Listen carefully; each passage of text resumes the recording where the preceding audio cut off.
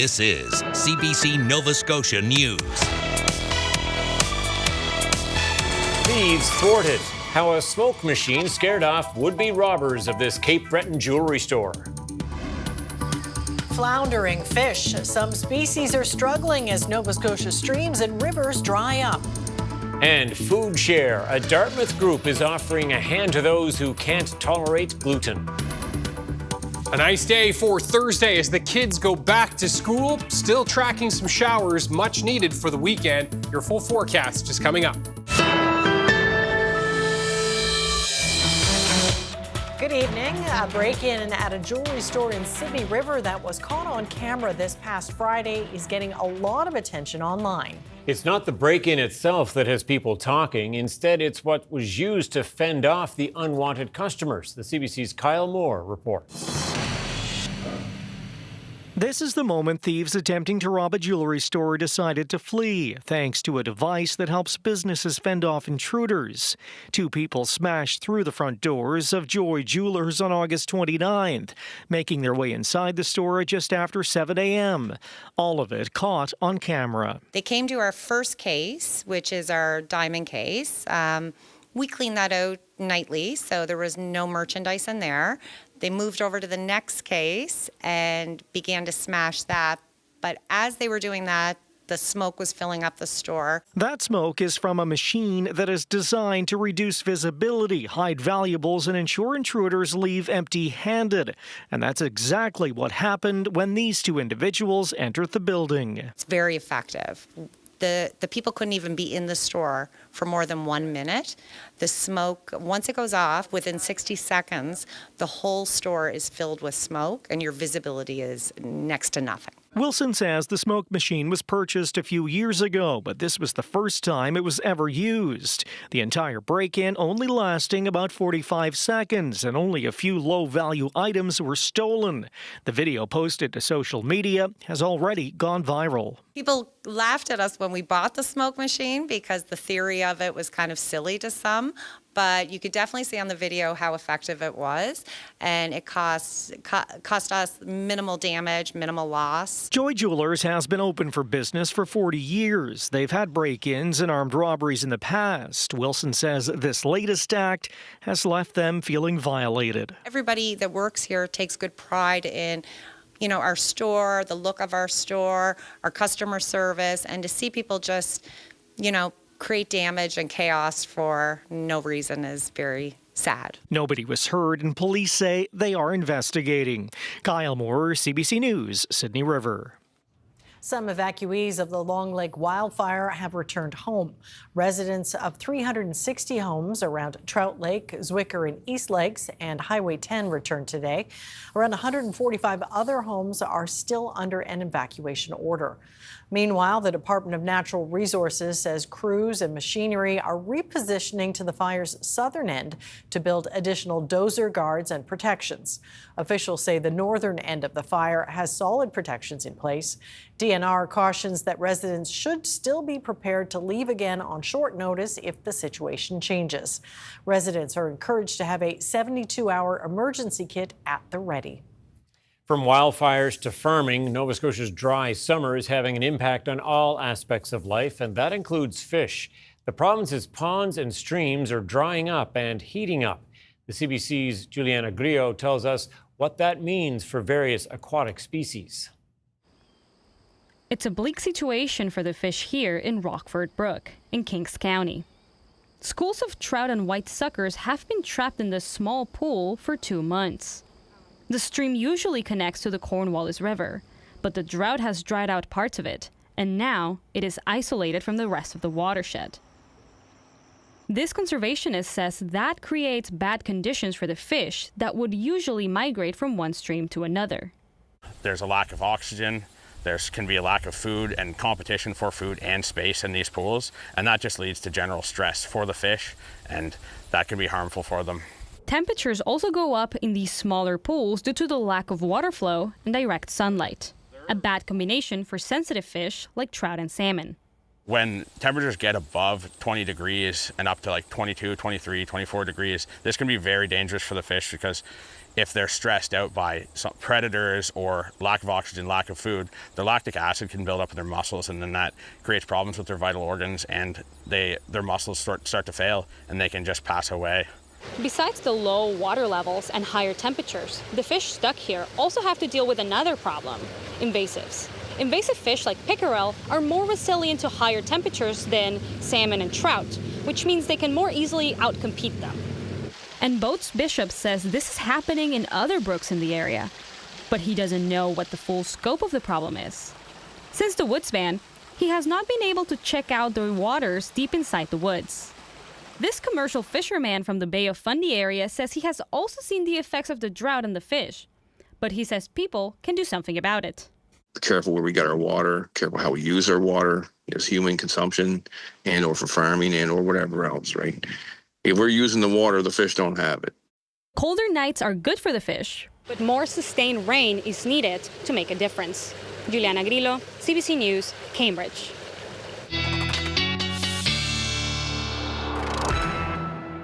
It's the broken record that's been played all summer long. It is dry out there, Ryan Snoddon. Yeah, lots of folks looking for some rain somewhere. Yeah, we'll be looking at some showers as we move into the weekend, which, again, is good news. And won't be enough, but definitely some drops in the forecast. No drops today, though, as we can see high temperatures into the low to mid-20s for most, and a couple of spots up towards Pictou and Tatamagouche area that we're likely in that 27 range. Now, tomorrow, the buses will be back on the roads, so make sure that you're keeping aware, especially in the morning. There's going to be some fog patches developing overnight. Those will dissipate through Thursday morning, but those could reduce visibility locally for Thursday, so leave yourself some extra time. As the buses head out in the morning, again, those fog patches dissipating rather, into the afternoon, though. It's looking like a solid afternoon, good visibility and smooth sailing for the commute home for tomorrow.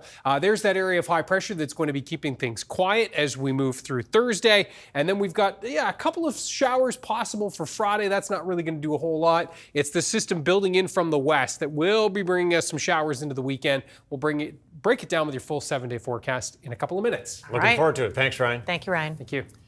The mayor of Halifax is being investigated for possibly breaking the city's code of conduct. In July, Mayor Andy Fillmore said the chief administrative officer holds the most power, and he reports to them. In fact, the CAO reports to council, which includes the mayor. CBC News has learned at least 2 people complained Fillmore broke the code of conduct with that statement. Resident Peter Linfield is one of them. He was recently told an external investigator decided his complaint had merit, and an investigation has begun. I have a feeling that this was an attempt to mislead the public. Maybe that's a cynical take, but that's my perception of it. And I do hope that if there's not, a more formal accountability for the mayor, that at the very least he properly addresses these statements and apologizes for that effort. That would be my hope. The investigators' report will come back within 6 months. Halifax councillors will then decide whether a breach has happened and if sanctions are needed. The Halifax municipality says the complaints process is confidential and it does not share details about investigations until council makes a decision. Meanwhile, Halifax Regional Council has appointed Brad Anguish as acting chief administrative officer for the municipality. The appointment comes as the current CAO, Kathy O'Toole, prepares to step down from the role. The municipality says it will not begin a search for a permanent CAO until there's more clarity from the province regarding possible legislative changes that will impact the role. The statement comes amid rumors the provincial government could institute so-called strong mayor powers during the fall sitting of the legislature. Federal officials are limiting the movement of oysters in Atlantic Canada and Quebec to contain the spread of 2 diseases. The Canadian Food Inspection Agency says it is declaring the diseases MSX and Dermo are present or very likely to be present in the waters around Prince Edward Island, New Brunswick, Nova Scotia, Newfoundland and Labrador, and Quebec. The inspection agency says commercial-sized oysters that have been processed are still permitted to be exported outside the affected regions. However, oysters that are still growing are no longer allowed to be transferred outside the Atlantic region or Quebec. Two men with experience with addiction, homelessness, and the challenges of navigating the justice system are helping other vulnerable people show up for their court dates. It's part of a peer support program operated by staff with Mainline Needle Exchange, who are at the Halifax Provincial Court 2 days a week. We're here twice a week, Thursdays and Fridays. I do the Friday morning one, and we're just here to support people when they're coming to court. Some of them are, their first time dealing with the court system. We're here to answer questions. We both have lived experience when it comes to the justice system.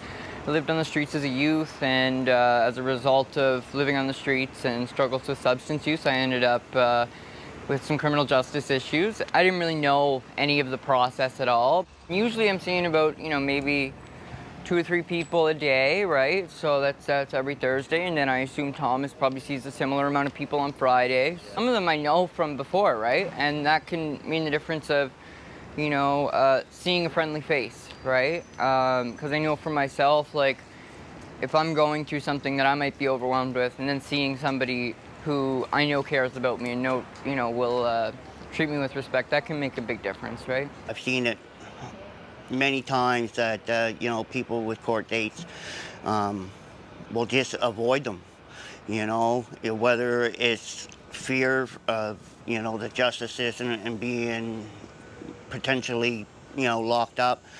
Sometimes it's addiction. Remember different dates. Some people don't even know what month it is, and now they're supposed to remember that on the 20th of 2 months from now that they have to be here, and on a day-to-day they don't know what month it is. So how are they supposed to be able to do that? I think it's important that when we can to help people, there's a lot of people who are often forgotten by society, or maybe society treats them in a way where they don't deserve help, but we're all human beings, right? And it's easy to judge someone if you've never walked through their shoes, right? People who can't tolerate gluten often pay more for gluten-free food. A Dartmouth group saw the need and decided to step in to help. I'm here with Brent Hawes with Gluten-Free Food Share, and we're at St. Albans Church here in Dartmouth. Why did you start this? What was the impetus for this project? Absolutely. Amy, it was all about our community. We had heard, we run a food bank here, the Salvation Army, out of St. Albans. There's a space that we lease to serve our community. And over, we would have guests who would come in needing food support and would identify that they were gluten or celiac and needed specific. And the reality is the majority of the items we have donated were not able to meet these needs. And then we would get referrals. And we noted, it seemed from our connection and partnership with 211, that there was really very limited, if any, options in our city. And we realized there were people really falling through the cracks, and we needed to respond. And it's not just a preference. This is something that people just can't tolerate. Absolutely. This is not just saying, I want one thing over another or chocolate over vanilla. This is a health reality. That people, of course, a minimal amount of gluten for someone who's celiac can make that individual very, very sick. Well, how can people access these products? So we want them to know they can reach out to us, get registered. They're able to come in and in a very dignified manner. It's a shopping model. Of course, nobody pays for anything, but they're able to get their shopping cart. They're able to pick through their dry good items. You've got everything from crackers to pasta and cookies, soy sauce? Absolutely. And there's numerous. So again, we don't have our full stock here at the moment. Our order arrives a little later, but this gives a snapshot of the gluten. And also, so there's sections that are just gluten-free. There's also sections that are gluten and celiac-free. We have produce. We then have frozen items. So people are able to leave with like 2 or 3 grocery bags. And obviously, all food is expensive, but for many of these items, the cost is elevated even more than what you or I might pay for our food. So they're able to leave with 2 or 3 grocery bags full of items to help them with their food needs. All right. Well, thank you so much for your time. We appreciate it. Thank you.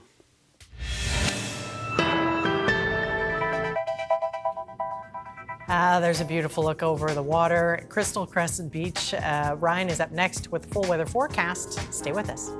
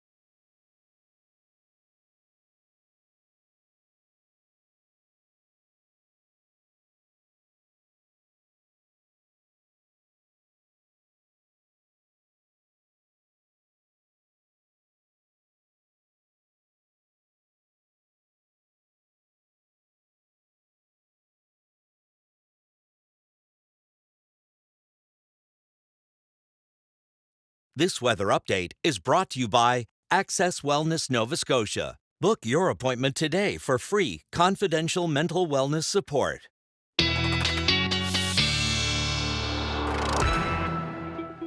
All right, let's talk a little more in depth about the weather on a day that was, well, spectacular here for summer weather as it goes in Nova Scotia. Yep, you look at the calendar and it says September. It says September, which, again, we can get some really nice days in September. We can also have some really stormy days in September. And we're, again, hoping for some rain and the pattern to change here.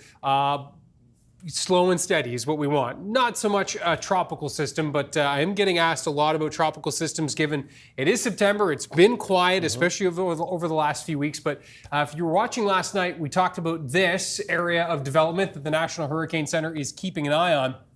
It had a 70% chance of tropical cyclone formation over the next 7 days last night. Now that's up to an 80% chance. This would be Gabrielle if it forms, and that cluster of storms will continue to track westward. Nowhere near a threat for us right now or a threat for anybody right now, but just a little reminder that we are chugging along here through the tropical season, and we're not quite halfway. Next week is the actual halfway point of our busiest point of the season, that is.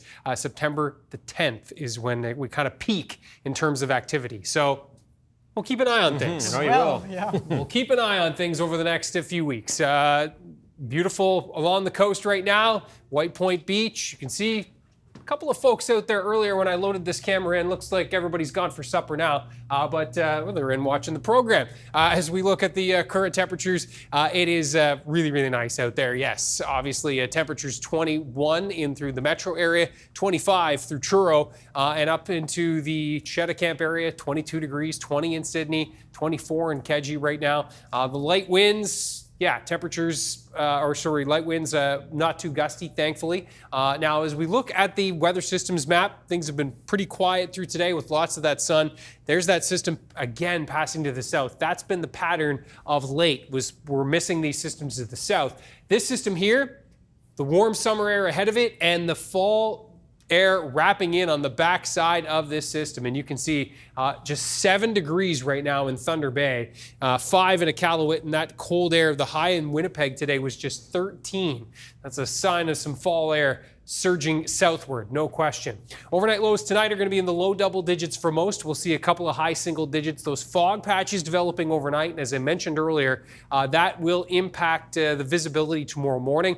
So just keep that in mind with those fog patches in place as the buses are going to be on the roads and folks just kind of getting back into the swing of things, making sure you're keeping aware of those kids that are going to be walking along the sides of the roads or perhaps crossing the roads. So just leave yourself extra time and space. Make sure the kids get to school safely and home safely. The afternoon, though, does look fantastic, which is great for the kids. I know I got a couple at home that are going to be super stoked to head to school tomorrow in their shorts. Now, as we look at the forecast for Cape Breton tomorrow, 22 to 25, really nice day on the island. Those winds are going to be light in from the southwest. A similar story in through the eastern parts of the mainland, Antigonish County, back into Guysborough County, and in through and across the North Shore. Temperatures 24 to 26 degrees, mid-20s across central areas with the onshore flow along the Atlantic coastline and back into the west. And we're going to be seeing temperatures anywhere from the low 20s in those onshore winds, and we'll push up into the mid-20s for inland areas. High pressure area moving off to the east, and so an isolated chance for a shower on Friday in this southerly flow. Humidity starting to build back up a little bit on Friday. Temperatures 22 to 26, feeling a little bit warmer than that. And this is the system that's going to be pushing its way in from the west. And you can see for Saturday, I think things clouding up into the afternoon, but overall it does look like a pretty fine day. A mix of sun and cloud, but one of those days, because it's going to be muggy, I think it'll take the fog some time to kind of mix out. It'll be a bit of a sluggish start to Saturday, but very warm, mid-20 temperatures, and then some showers on Sunday, lingering into Monday, and maybe even an isolated risk on Tuesday. Note that fall air pushing back in, but feeling a lot like summer before it does. Yeah, we're dusting off the muggy meter. And look at this, as you can see, we'll climb through Friday, as I said, peaking Saturday, maybe even into that truly tropical range, lingering Sunday with those showers, and then the fall air mass settles back in for early next week. Tom and Amy. Yeah, sneaking up there for sure. Okay, Ryan, thanks so much. Thank you, Ryan. Thank you.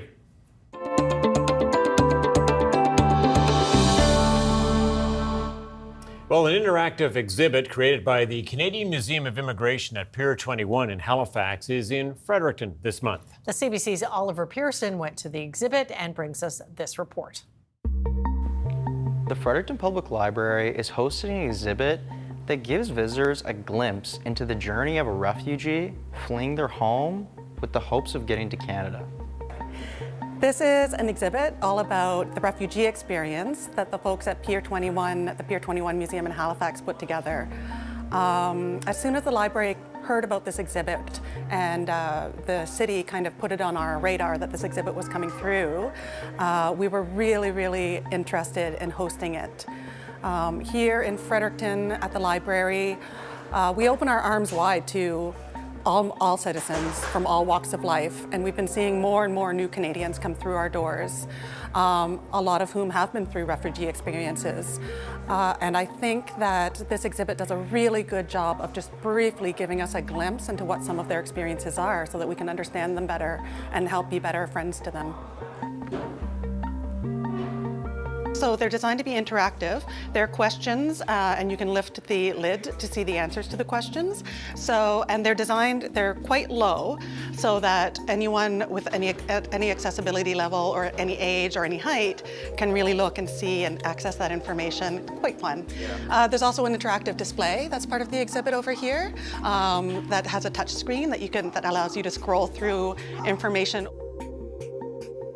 Morton said the tent has been well received by visitors. We've been getting a lot of positive feedback, especially online on our social media. Hillary can probably speak more to that a bit more. Lots of positive, lots of people impacted on a really deep level. The exhibit was brought to Fredericton in partnership with the city and the library. The idea was inspired by the recommendations of Fredericton's anti-racism task force to increase visibility for ethnocultural communities. I think it's a little reminder to be compassionate and also to empathize with different experiences of all walks of life and different identities of people in Fredericton. I know that it's very easy to be trapped in certain information and certain things that you've learned from social media, but I think this is a very safe space and platform for people to learn more about factual events and people and things that people actually had gone through that maybe you didn't think about.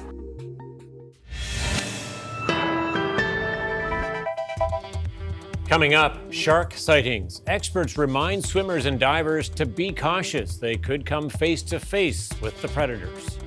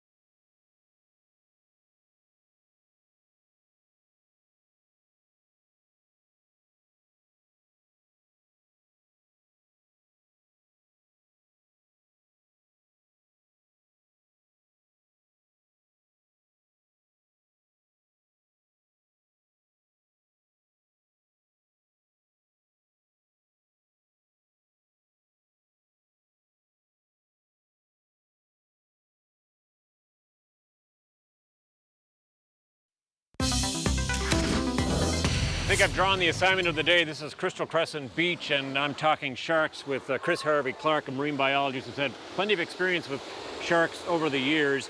We are seeing and hearing more about personal encounters with white sharks off Nova Scotia.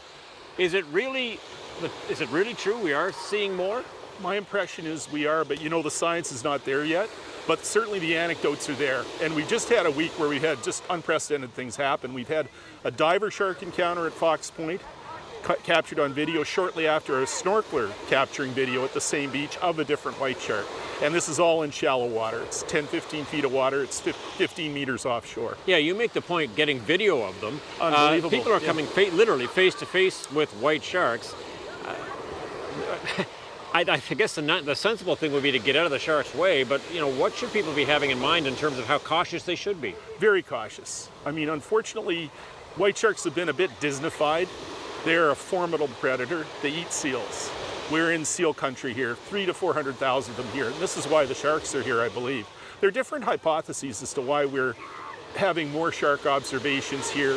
Everything from this is a breeding ground, which is completely unproven, to a bunch of other hypotheses about why we might be seeing sharks. The fact is we have three things colliding. We have people in the water, lots of them, particularly since COVID, when you could recreate outside quite safely in fresh air.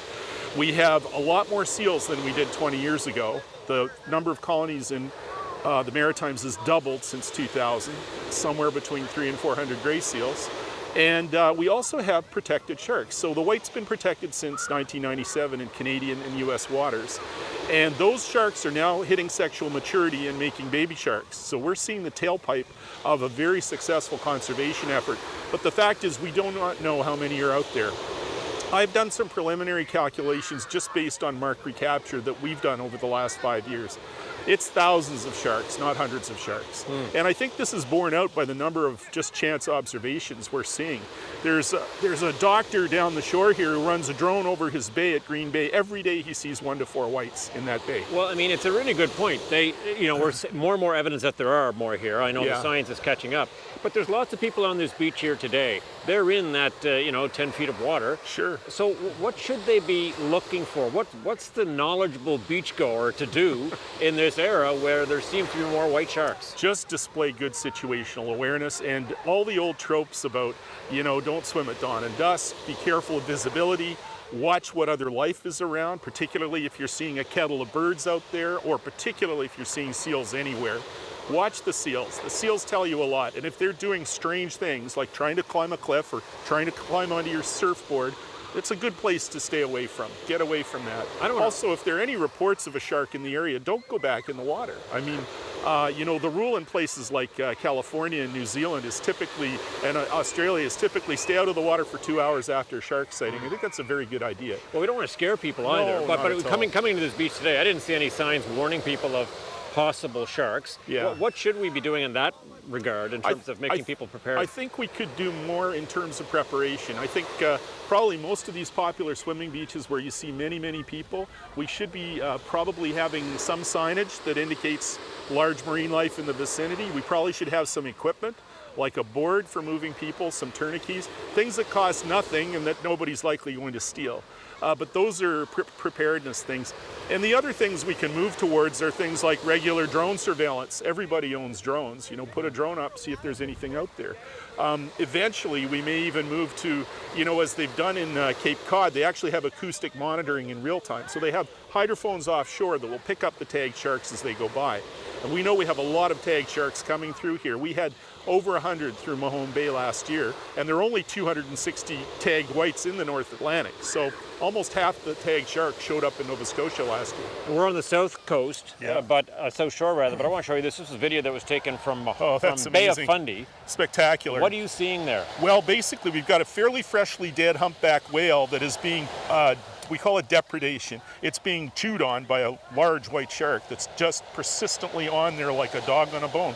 And this represents the biggest source of free calories for a shark. If they can get onto a whale carcass, whale blubber's got more calories in it than anything. So getting onto that carcass is like hitting the lottery for a shark. All right, that was shot just this week. I'll tell you a story about that, Tom. Last year we had a a humpback down at Liverpool that was dead, that was tied to an aid to navigation.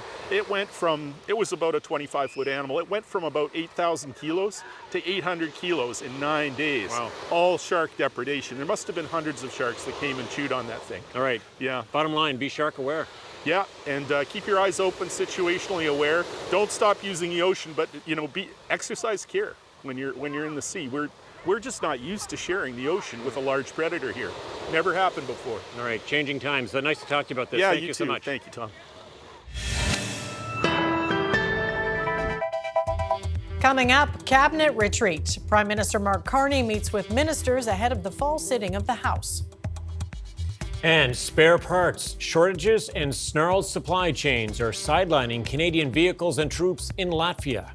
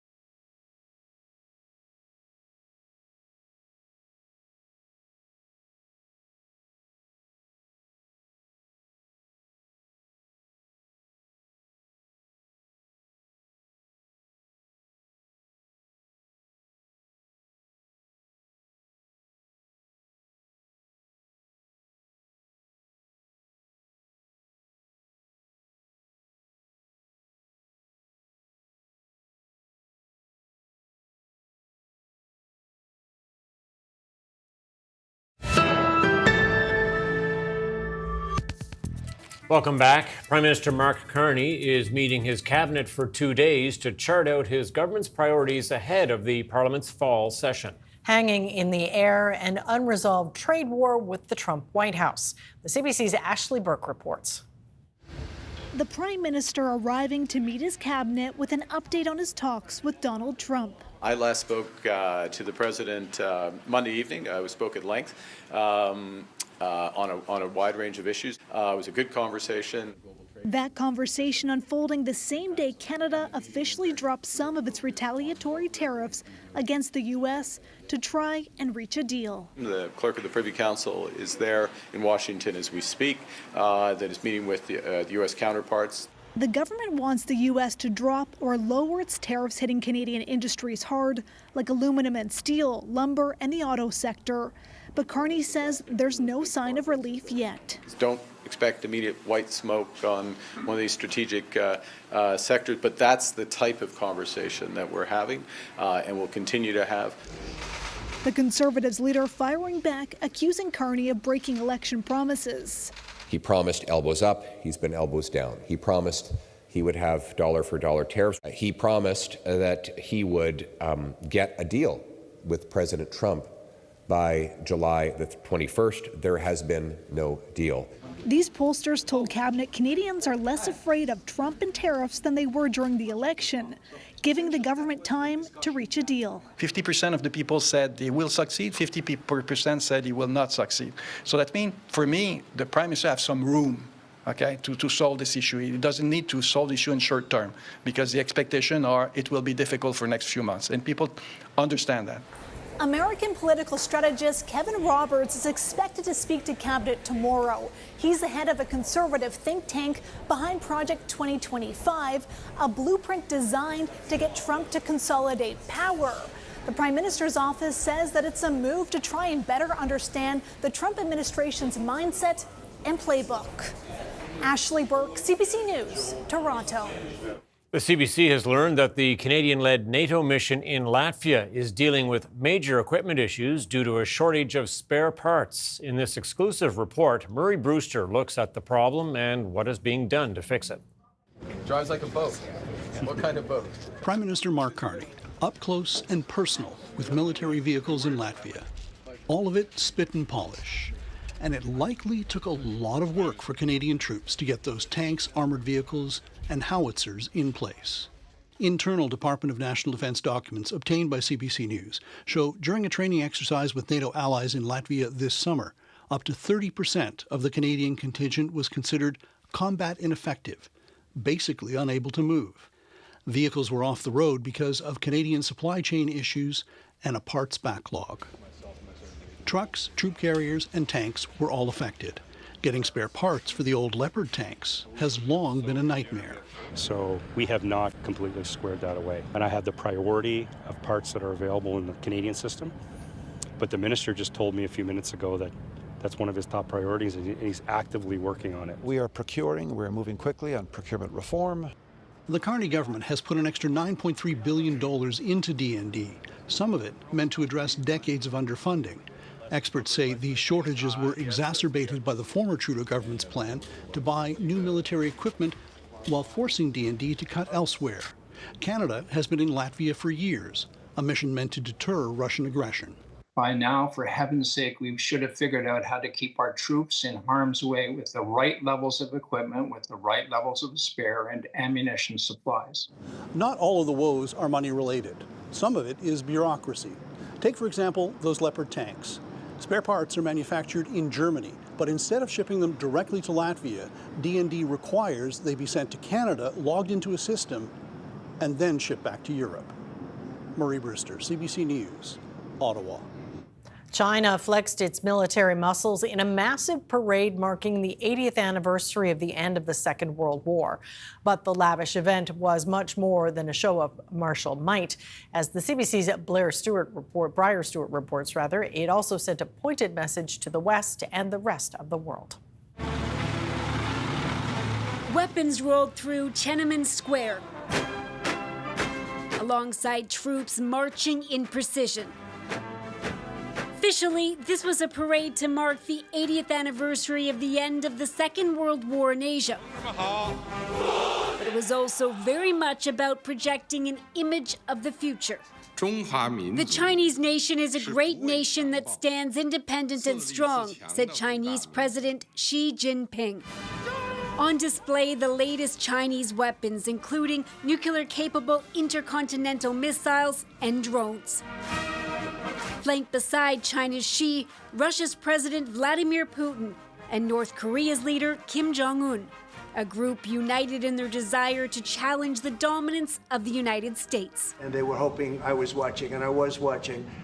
My relationship with all of them is very good. U.S. President Donald Trump had previously posted that he wanted to send his warmest regards to Vladimir Putin and Kim Jong-un as you conspire against the United States of America. Russia's president dismissed that comment as a joke. I have a good relationship with him, said Putin. We communicate with each other on a first-name basis. Putin also warmly embraced Kim, thanking him for sending North Korean troops to fight in Kursk, Russia, near the border with Ukraine. The warm relations were part of an event full of deliberate posturing. China is clearly backing Russia on the global stage. This political expert says China is aligned with Moscow and Pyongyang, but only to a point. Having Putin and Kim sitting next to Xi is one thing. Providing military support for both countries is quite another. He says China is the most powerful player in this trio, and Beijing doesn't want to do anything to compromise that. Briar Stewart, CBC News, London. Women victimized by the late sex offender Jeffrey Epstein are imploring U.S. lawmakers to release the so-called Epstein files. But President Donald Trump is calling the renewed pressure a political hoax, even though some of those demands are coming from within his own Republican Party.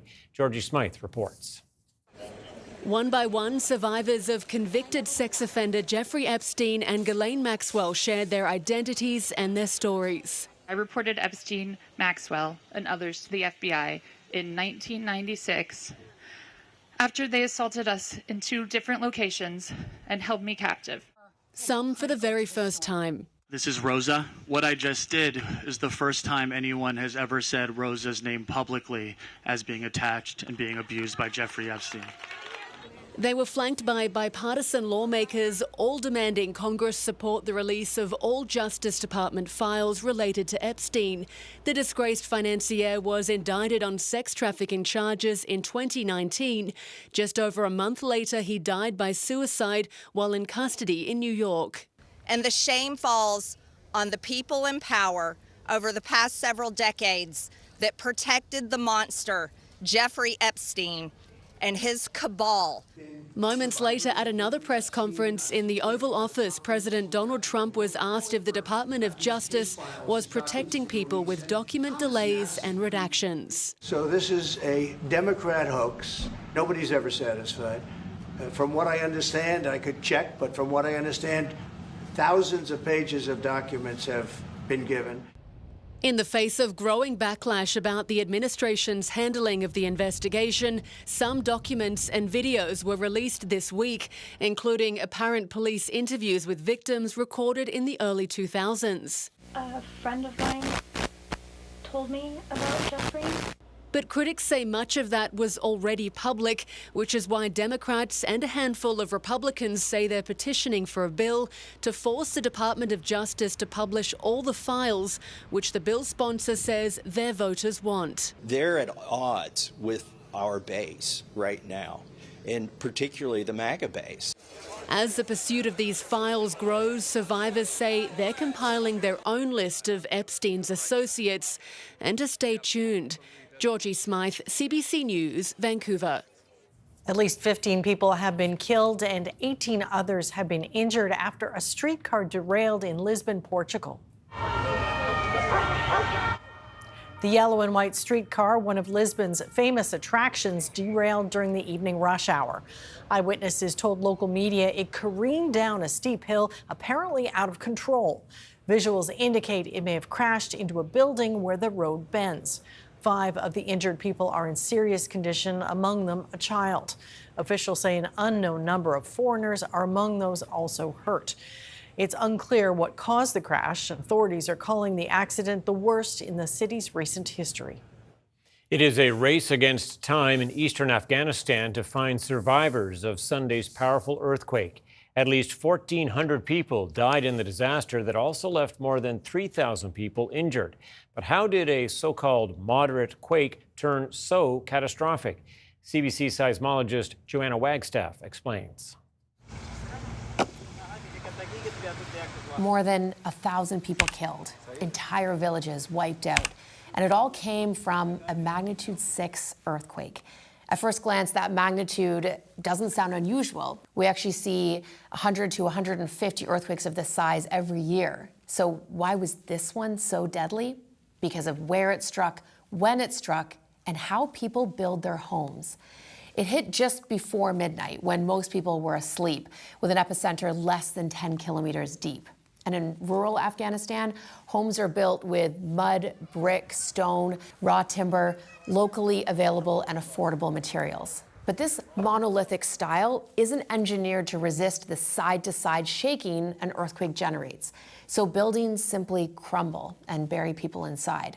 That's the crucial difference from wealthier countries where stronger building codes mean drop, cover, hold on, actually save lives, like here in Canada.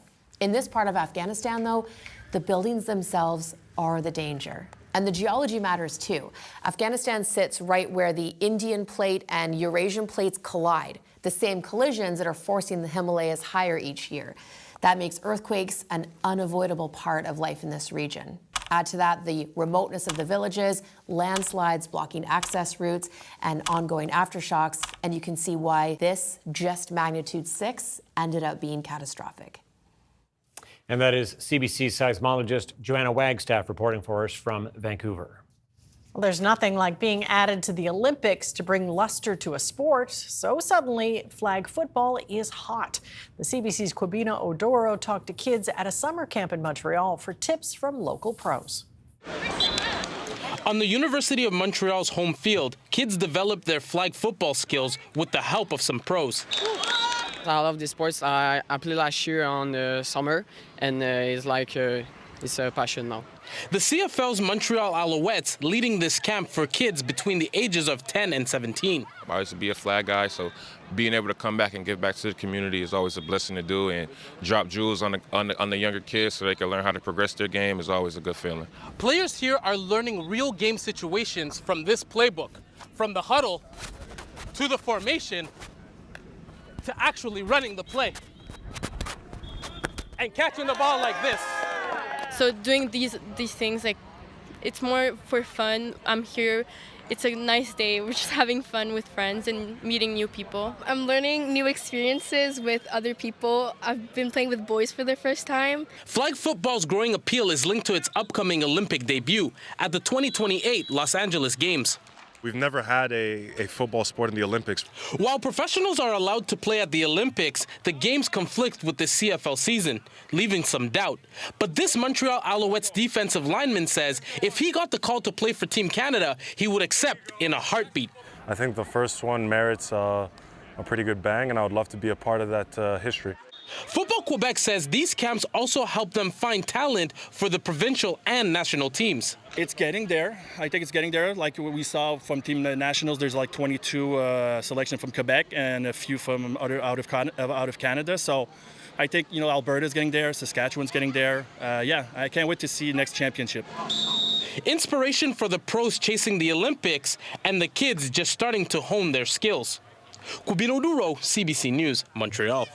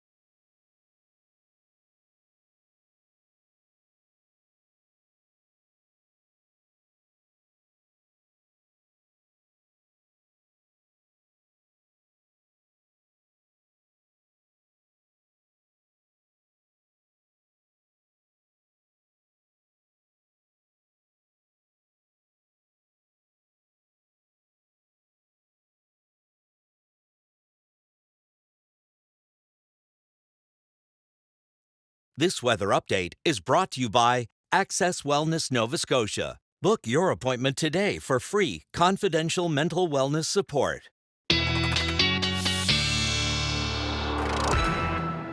Don't know about you folks, but I'm kind of taken by how quickly my grass is becoming green once again. Right. It takes any moisture it can get and tries to survive. Yeah, exactly. And that's the last couple of rounds of rain in the Halifax area and up through the east of the province in particular. The west continues to pray for a drop. Yeah, no kidding. As we've been kind of divided over the last couple of weeks. And hopefully these showers for the weekend will kind of bring a good shot for everybody. Fingers and toes crossed. First, let's just have a look at our viewer picture of the day. And this one will brighten their scene no matter where you are in the province. Mount Denson. Have a look at this. Flourishing. Very sunny, very brilliant. Charlene with this beautiful shot. And Amy pointed out a little bee. That bee's getting a lot of food there. I hadn't noticed that, yeah. And I love the sky in the background, too. Of course. Now, Ryan's picks at cbc.ca, by the way. There's the school bus that's going to be on the road for many of them on Thursday morning. And again, some fog patches developing overnight, lingering into Thursday morning, so we could see some reduced visibility. Just be mindful of that. Other than that, Thursday is smooth sailing for the kids back to school with the shorts and t-shirts. A few showers on tap for Friday, isolated in nature. And then we've got the next round working its way in from the west. And you can see those darker greens and yellows from Quebec City down towards Maine and the northeast U.S.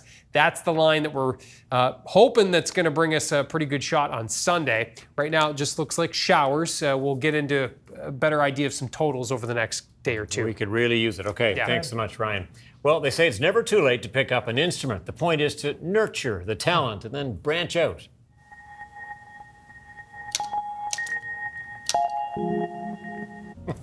Okay, it's not exactly the mushrooms banging out the tunes. Sensors detect bioelectrical signals coming from the plants and fungi. And bionic arms then convert that to hit drums and keyboards. 2 musicians in England have been mixing the sounds to create music. Well, favoritism is never good between bandmates. The human duo say the mushrooms tend to be more active and play beats faster than plants. Who knew? Exactly. Who knew? That's it for us tonight. Thanks for watching. We'll see you next time. Good night. Good night.